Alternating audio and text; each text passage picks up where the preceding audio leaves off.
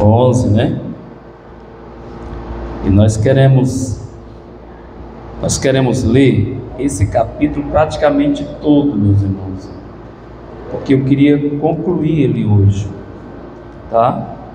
Sei que tem capítulo aí que nós passa 3, 4, terça-feira para fazer, e nós queremos falar nesse capítulo, fazer um resumo dele hoje, tendo em vista que o dia do nosso congresso, dia 22, vai fazer exatamente um ano que eu estou aqui no campo de Ananás, e nós estamos falando só aos romanos, então ainda estamos no capítulo de número 11, precisamos concluir esse livro esse ano, tá? Os irmãos acharam Romanos 11? A outra, irmãos, quem não é inscrito lá no canal, a outra terça já está lá, disponível no canal? Está lá? Tá, todas as terças-feiras estão no canal, você se inscreva lá, compartilhe com alguém que queira crescer no conhecimento da palavra de Deus. Estou vendo ali uma irmã com a missionária Ana. Qual o nome da irmã?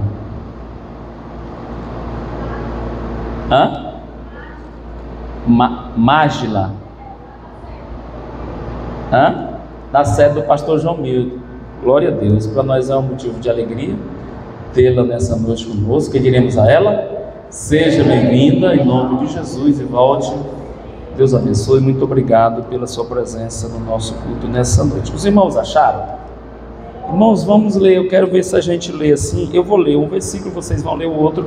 Eu pretendo que nós leamos aí até o 32, então vamos ser mais rápido um pouco, para ver se eu tenho tempo para decorrer esse assunto aqui. Amém? Eu vou ler o primeiro e vocês vão ler o segundo, tá? Está aqui no telão também, é corrigido. Está aqui no telão. Diz assim: digo, pois, irmão, eu estou com as vistas assim, sabe? Eu estou enxergando, eu tenho até retinose pigmentar e tá? Então vocês tenham paciência comigo. Vamos lá. Digo, pois, porventura rejeitou Deus o seu povo? De modo nenhum, porque também eu sou israelita, da descendência de Abraão e da tribo de Benjamim. Vocês?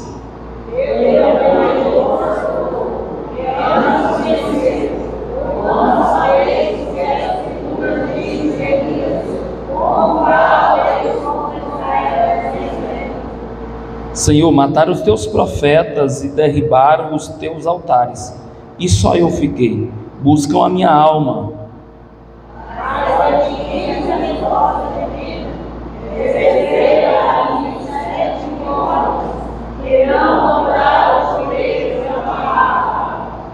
Assim, pois, também, agora neste tempo ficou um resto segundo a eleição da graça.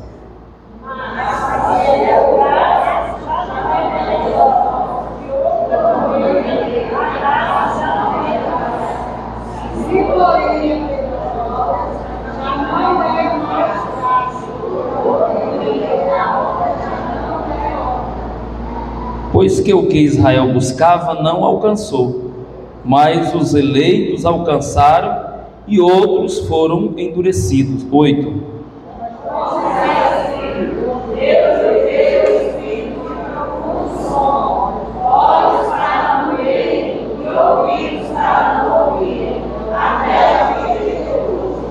E Davi diz: tome-se-lhe a sua mesa em laço e as suas armadilhas em tropeço por sua retribuição.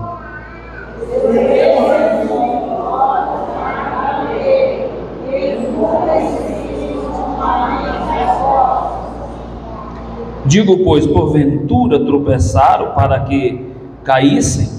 De modo nenhum, mas pela sua queda veio a salvação aos gentios para os incitar à emulação.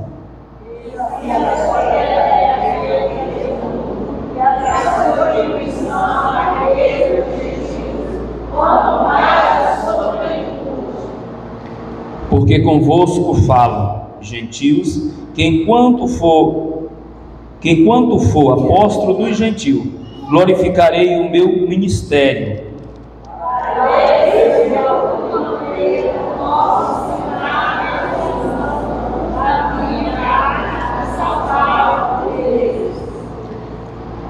Porque se a sua rejeição e a reconciliação do mundo, qual será a sua admissão, senão a vida dentre os mortos?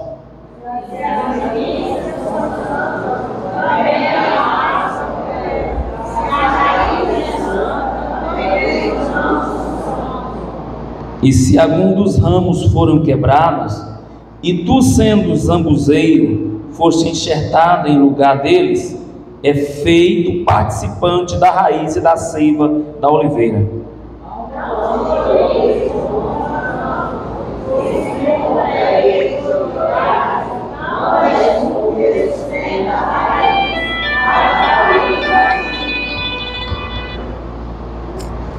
Vocês leram o 18. Dirá, pois, os ramos foram quebrados para que fosse enxertado?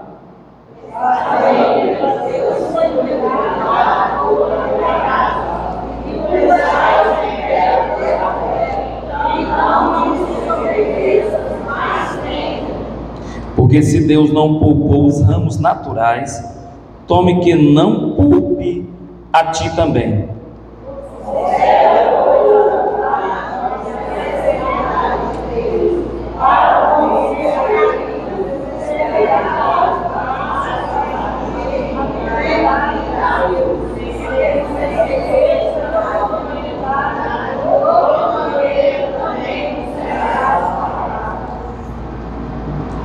E também eles, se não permanecerem na incredulidade, serão enxertados, porque poderoso é Deus para o tornar a enxertar.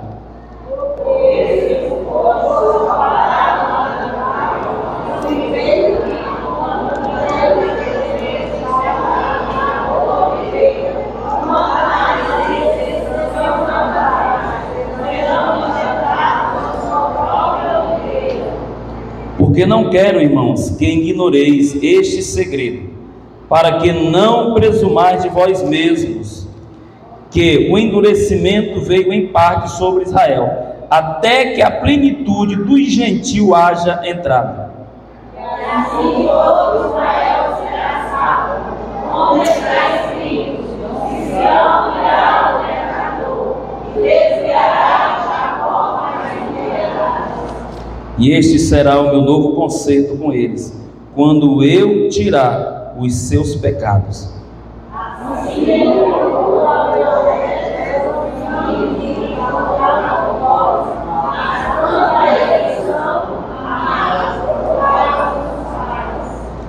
Porque os dons e a vocação de Deus são sem arrependimentos.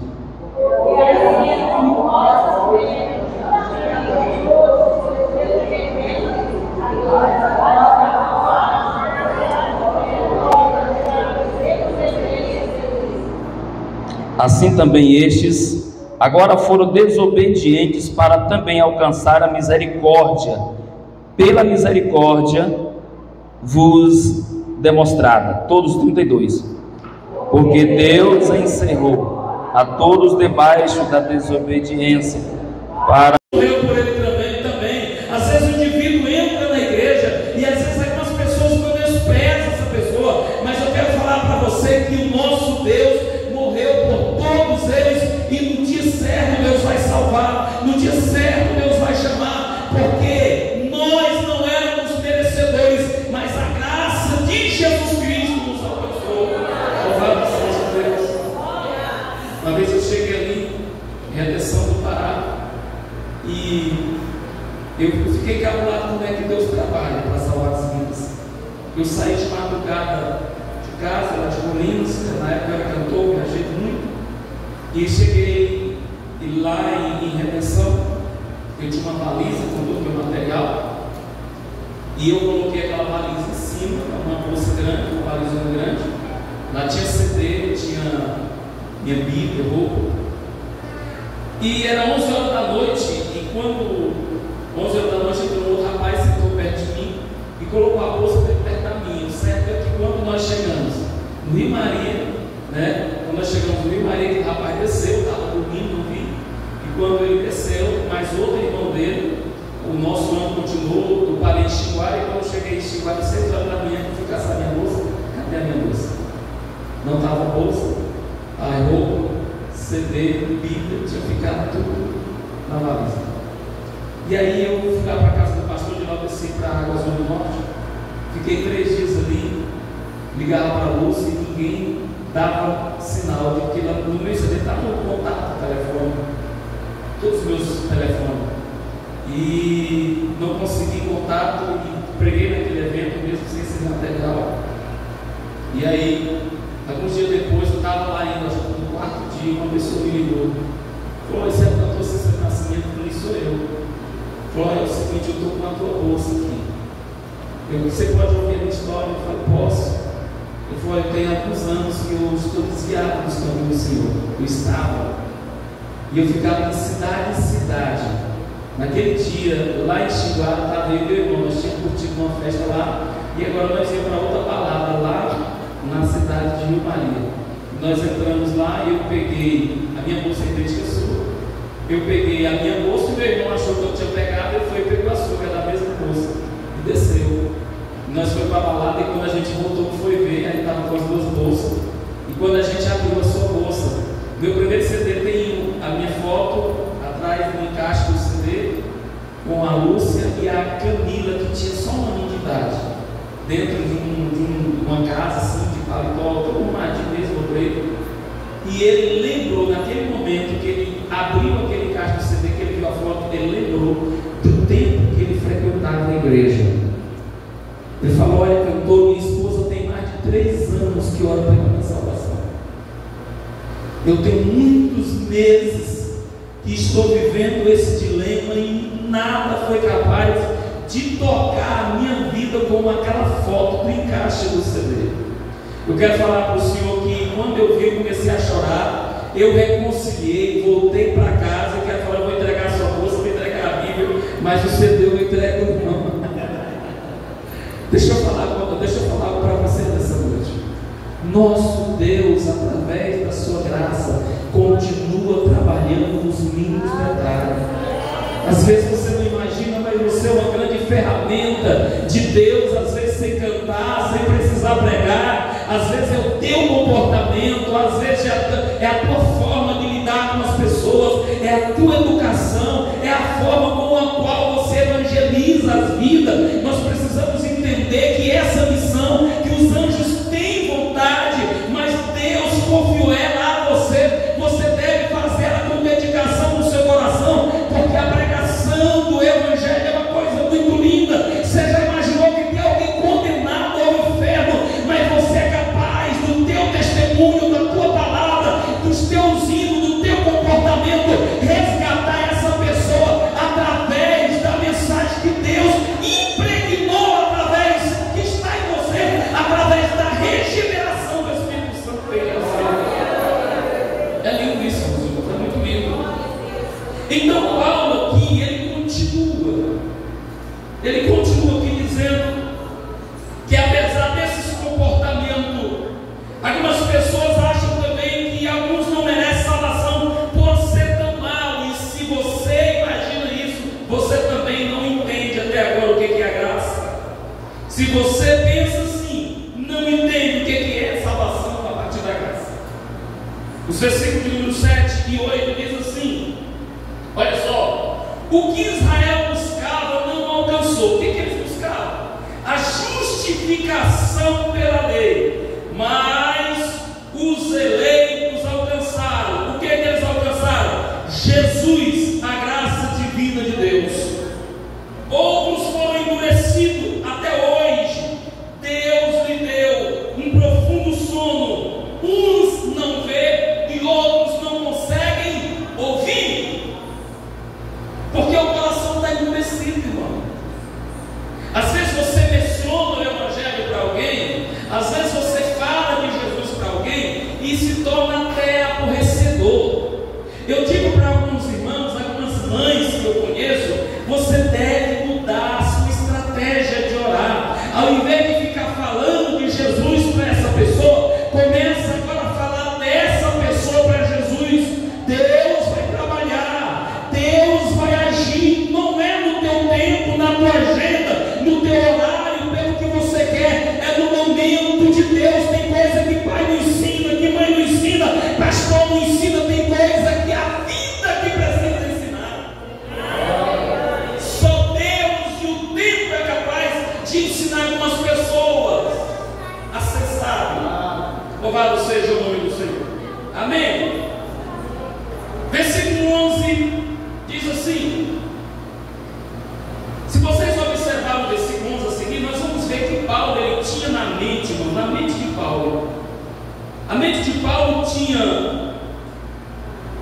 A gente vai observar aí que Paulo tinha em mente uma igreja onde todos os judeus e gentios estivessem unidos, e Cristo, através do amor, estivesse na vida desse povo, fazendo com que ele gerasse obediência, submissão. Mas quando Paulo observa o povo que ele acha, não é esse povo. Os judeus estão fazendo as suas atividades de forma que não tem nada a ver a uma submissão à graça. E quando a igreja do tempo ela aceita a graça através do apóstolo Paulo, eles também fazem de tudo para não se unir os judeus, de forma que isso aqui foi muito prejudicial à obra daquele tempo. Enquanto Paulo lutava contra o pecado, tinha uns grupos judaicos lutando contra a igreja, e a igreja, por crescer no seu tempo, lutando contra os judeus. Isso foi muito prejudicial. Deus, irmãos, não está contra Deus. Uma vez o discípulo chegou para Jesus e começou a falar de alguém que estava fazendo algumas obras extraordinárias, e eles ficaram preocupados, e Jesus falou: meu filho, quem não é contra nós é por nós. A igreja precisa entender, meus irmãos, que a igreja do arrebatamento não é a Assembleia de Deus, o Ministério de Madureira, não é a Assembleia de Deus, o Ministério do Ceta, não é a Casa da Bênção de Deus, nem talmente a igreja Deus em Amor. A igreja do arrebatamento é uma seleção que vai ser feita. A igreja será arrebatada da igreja. Por quê? Porque essa coisa de grupos não é só de judaísmo para cristãos, não. Essa coisa de todo lugar que chega tem igrejas, cidades, né? Eu já fui pastor de igreja que, quando era para formar os departamentos, o pessoal dizia: pastor, se o senhor me colocar para trabalhar mais um fulano ali, não vai dar certo. Nós não, sabe, eu vou para o céu, eu vou para o céu, ele vai é óbvio, irmão. Eu vou para o céu, ele vai, mas, sabe, mas não. Então pode esquecer o céu, pode esquecer. Você está em cima do muro ainda. E eu falei outro dia aqui com os irmãos que o povo do céu não manda, que o povo, os demônios não mandam descer do muro, porque o muro já pertence a Satanás. Pertence a Satanás. A igreja do arrebatamento é uma igreja que foi comprada por amor. Ela entende o que é amor, tá? O amor tudo sofre, tudo espera e tudo suporta, e tudo crê. Isso é amor, tá? Isso é amor. Então naquele tempo Paulo já tinha as dificuldades, irmão, por conta desse problema naquele tempo. A cultura, tá? A cultura seria irrelevante se o pessoal entendesse que somente a fé faria toda a diferença entre eles. Mas estava lá, uns preocupados com cultura, outros preocupados com tradição, né? E tem irmão até hoje que é cheio de como é que diz esse negócio? Gingado não, é um planta tipo na porta. Você chega na casa dele, tem alho, dentro de um monte de sal. Tem um alho em cima do Salmo 91, aquela cabeçona de alho. É cheio de simpatia, mas não é isso não. Tem um nome que dá para esse negócio aí, um nome antigo. É suspeição, mas é outro negócio lá, um negócio, é outro nome que se dá lá. Eu fui pregar em Belo Horizonte, numa igreja, e quando eu cheguei lá, a pastora falou que eu tinha que tirar os calçados. E eu estava cansado, mano, porque tinha um monte de sal para andar por cima. Eu falei: pastor, eu não vou fazer isso. Só me perdoe, mas eu não vou fazer isso. Eu vim aqui para ministrar a palavra de Deus. Nunca fiz esse tipo de rito. Para mim, a Bíblia diz que nenhuma condenação há para os que estão em Cristo Jesus, que não andam segundo a carne, mas segundo o Espírito. Então essas coisas, irmão, isso, sabe, quando a gente observa Tomé, sabe, que andava com Jesus, era discípulo de Jesus, estava muito tempo ali, não sabia o caminho. Nós precisamos entender que existe um caminho, nós estudamos sobre ele. Quando a coisa não é o caminho, a gente sabe também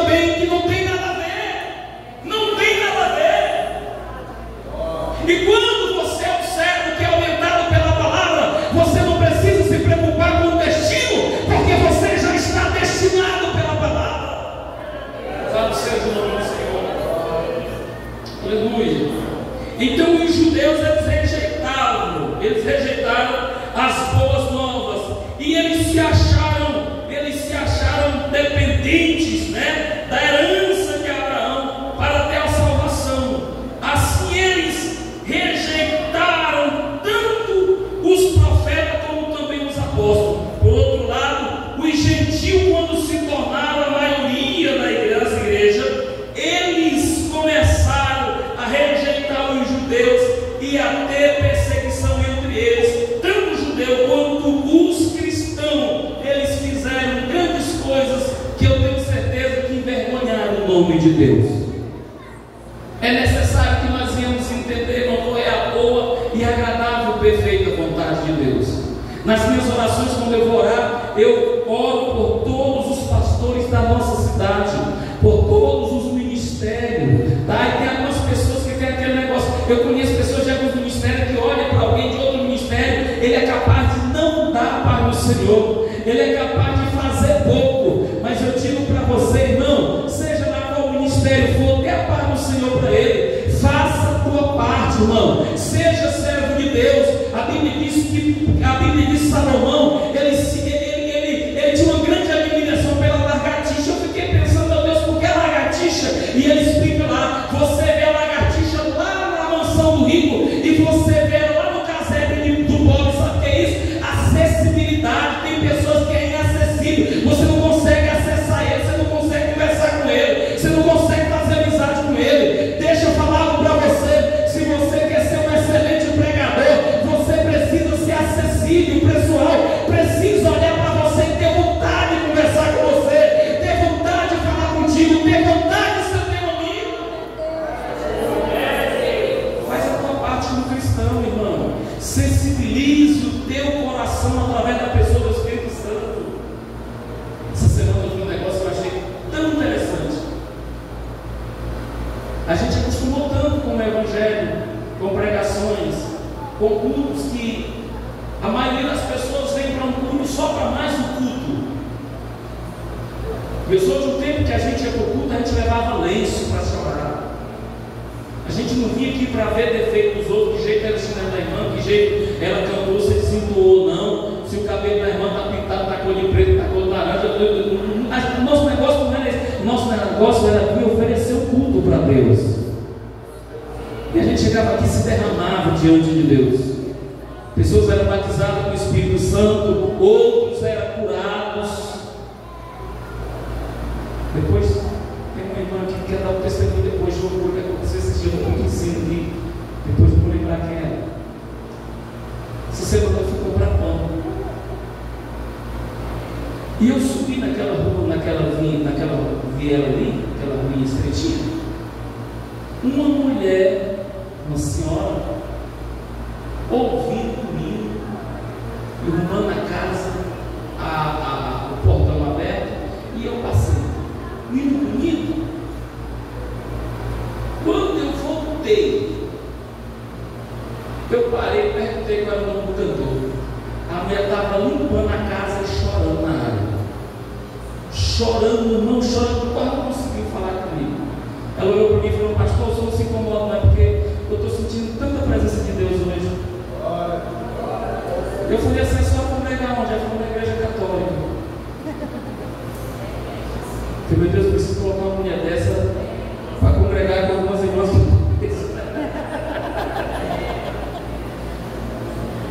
Chorando igual criança, irmãos. Chorando igual criança.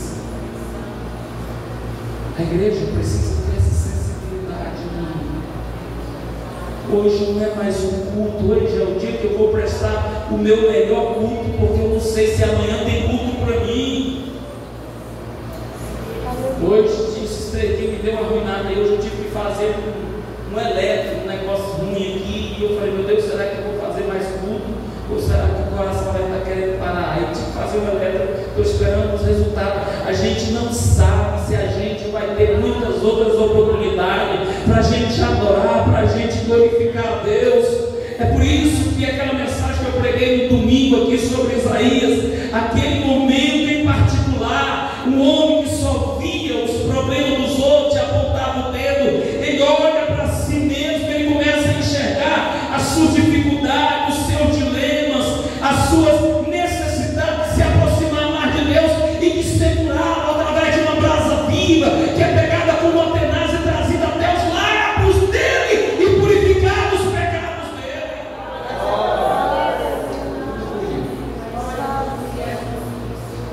Louvado seja o nome do Senhor. Versículo número 13 ao 15, nós vamos ver que Paulo, olha só, Paulo lembra que foi nomeado por Deus apóstolo dos gentios. Ele faz isso para ver se despertava neles o desejo da salvação. Estou falando dos judeus. O desejo da salvação. Pois Deus havia enviado uma oferta. Qual é essa salvação? E os judeus rejeitaram essa oferta, mas os gentios eles abraçaram.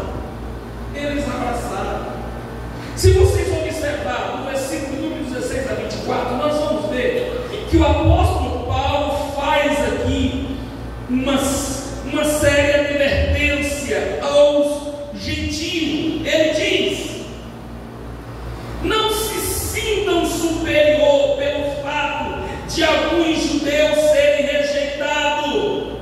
E ele diz assim: olha o jambuzeiro. Vocês leram isso assim? Paulo escreve: uma oliveira com um ramo natural, e que fora quebrados esses ramos, e que foi enxertado com galhos de jambuzeiros, bravo. Quem é o jambuzeiro? É você. Paulo diz assim: olha, existe uma árvore, a oliveira verdadeira. E essa árvore, essa oliveira foi quebrada nos seus ramos. E o que Deus fez? Deus fez um enxerto. Ele pegou quem? O jambuzeiro. Quem é o jambuzeiro? Nós. Não tem nada a ver com a oliveira. Não tem nada a ver com a oliveira. É jambuzeiro mesmo. Roupona bonita aí, chique, né? Carrão, jambuzeiro. Casona linda, jambuzeiro. Sapato brilha, quando canto, jambuzeiro, irmão. Enxertado em uma oliveira. E se vocês observarem aí, Paulo está dizendo: vocês não se orgulhem, porque vocês não são melhor do que os galhos que foram tirados. Se Deus tirou os galhos que eram seus naturais, imagina o que não é natural. Observe aí, irmãos. Não te glorie contra os ramos naturais. Não é você que sustenta a raiz, uma raiz que te sustenta. Irmão, isso aqui é muito forte. A gente está aqui pela graça. Quem sustenta nós é a graça. Pela árvore que é original, é a oliveira verdadeira.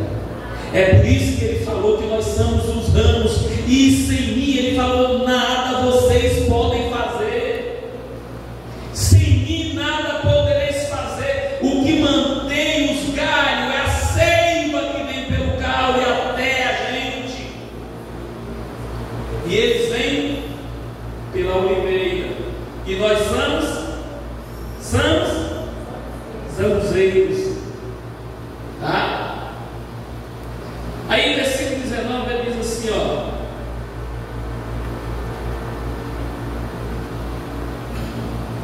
foi quebrado porque não. Versículo 19. Alguém pode pensar que foi quebrado esse galho original porque não era melhor do que ele. Mas o versículo diz assim: se Deus não poupou os naturais, é bem provável que Deus também não te poupe. E eu quero falar isso aqui em uma palavra diferenciada, não se baseando aos judeus, mas em casas, em placas.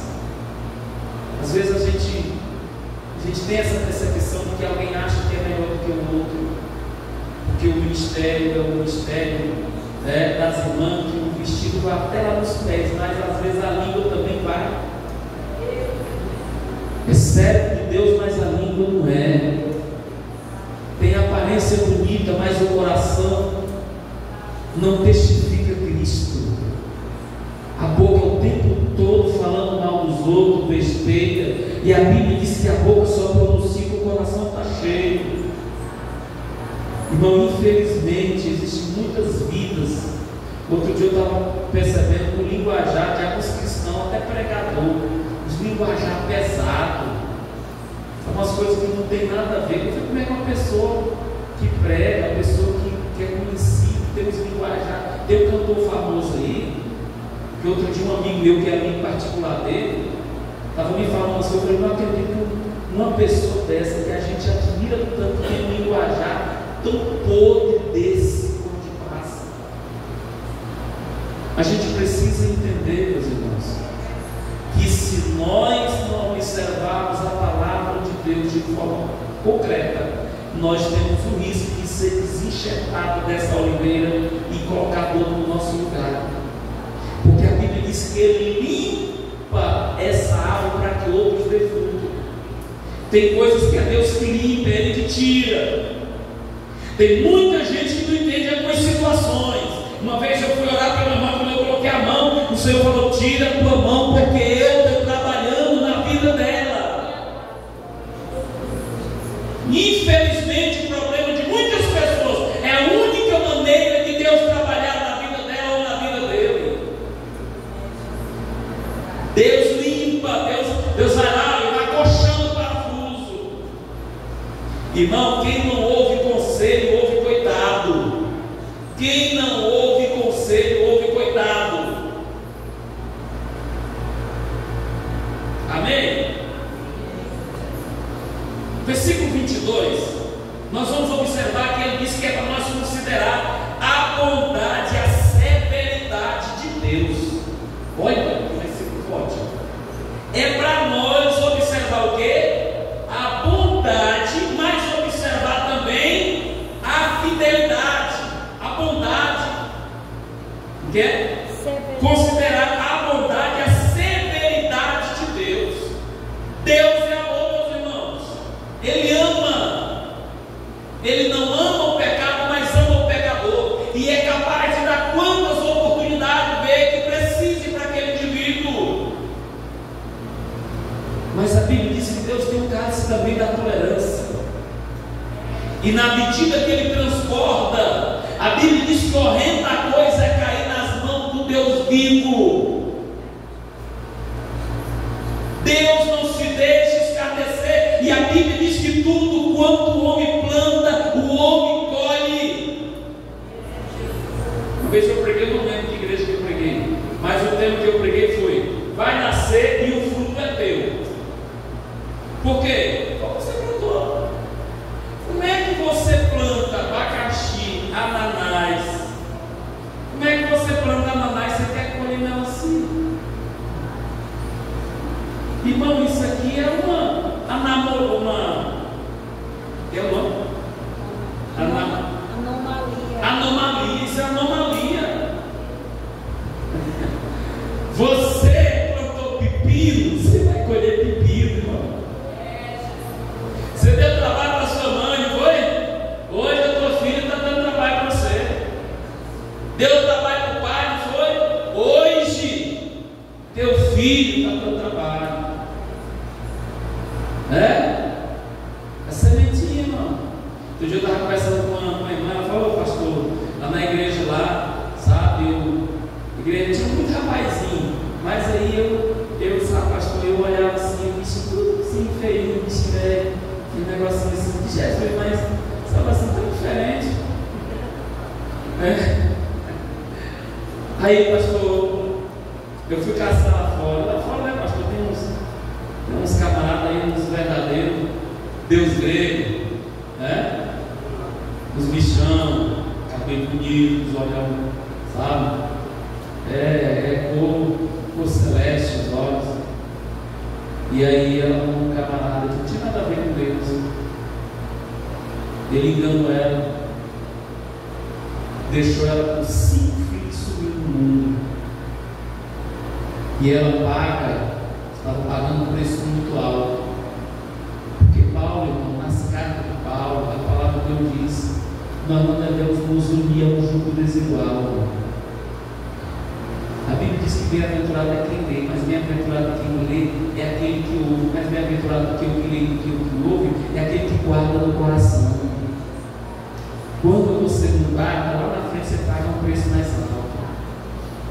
E não adianta lá na frente você falar que filho pobre não tem sorte. Foi você que escolheu assim. Foi pregado, foi ensinado. Quantas vezes foi ensinado e você não deu ouvido? E todo dia a gente recebe ligação, todo dia a gente recebe ligação. Problemas como esses são constantes, irmão. Daqui de dentro, de fora, de outros lugares. Pessoas que não ouviram a voz de Deus, Deus está pagando um preço muito caro. Tá? Então o versículo diz: considerar a bondade, mas considerar também a severidade de Deus. Assim todo Israel, versículo 26, será salvo. Significa que a maioria dos remanescentes judeus encontrarão a salvação no Messias antes do retorno de Cristo. Outros consideram que esse todo Israel é o Israel espiritual. Tá? A identidade dos judeus como povo nunca será descartada de Deus. Deus os elegeu através de Abraão e nunca os rejeitou. Amém? Versículo número 26, nós vamos observar que também ele escolheu a igreja de Cristo e nunca os rejeitará. Agora, isso não significa que todos os judeus serão salvos, nem que todos os membros da igreja também serão salvos. Deus continua gratuitamente oferecendo a salvação a todos aqueles que crerem. Aleluia. E a Bíblia diz que todo aquele que invocar o nome do Senhor será salvo. Todos os homens foram destituídos da glória de Deus. A Bíblia diz que Deus olha para a terra e não vê o justo sequer. A Bíblia diz que o salário do pecado é a morte, mas o dom gratuito de Deus é a vida eterna. João 10,16 diz que agora ele amou o mundo de tal maneira que deu o seu Filho unigênito, para que todo aquele que nele crê não pereça, mas tenha a vida eterna. Isso é graça, irmãos. Era você que era para ter ido para a cruz. Era eu que era para estar na cruz. Ele não pecou. Não pecou. Ele até na hora da morte tinha esbanjado amor, pedindo para que Deus viesse perdoar os seus assassinos. E a diferença dos crentes que nós temos hoje? O crente que não deu a paz do Senhor, o outro não respondeu, já vai tapar no joelho do outro já. Fazer uma oracumba, não é oração, oracumba. Ela vai ver, né? Aquilo ali, aí recebe a notícia: ah, irmão, ali agora, o fulano de tal está com problema. Ela não sabe. Meu joelho. Ela não sabe que foi eu.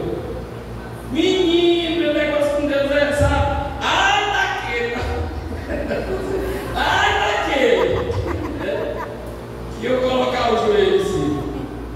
Isso não é oração, não. Oracumba. Deus não ouve esse tipo de coisa. Amanhã você vai estar no estágio dela.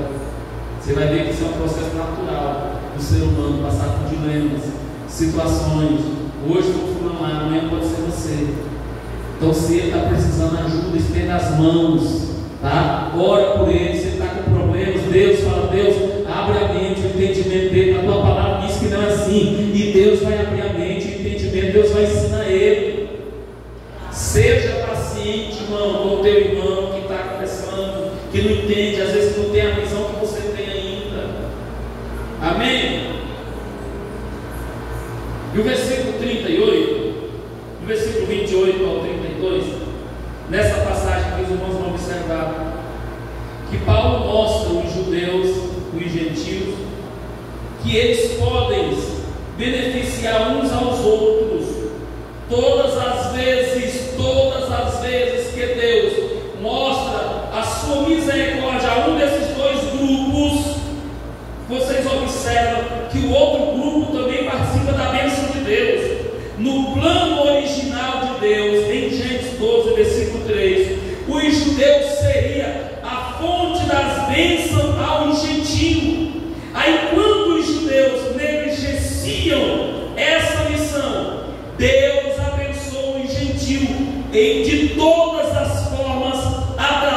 do Messias que veio através dos judeus.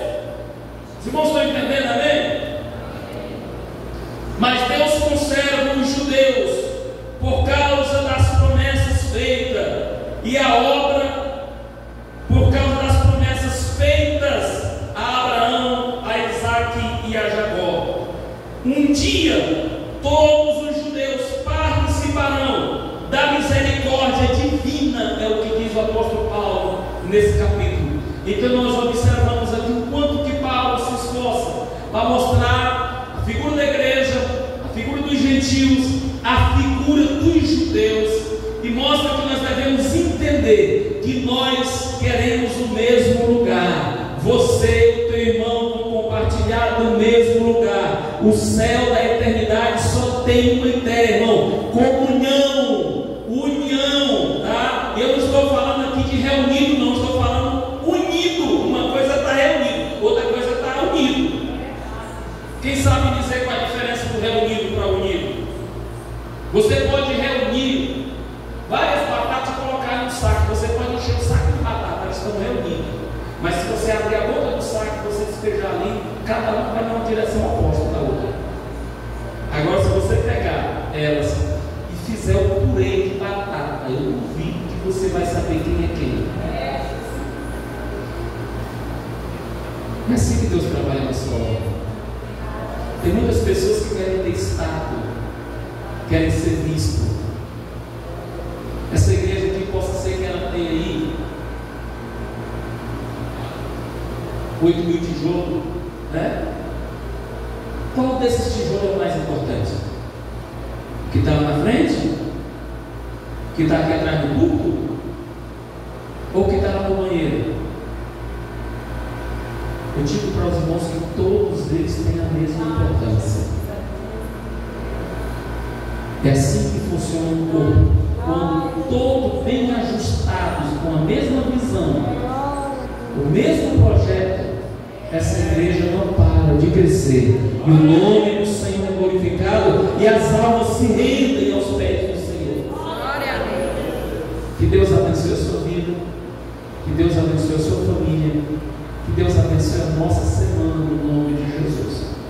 Na próxima terça-feira nós estaremos comentando o capítulo de número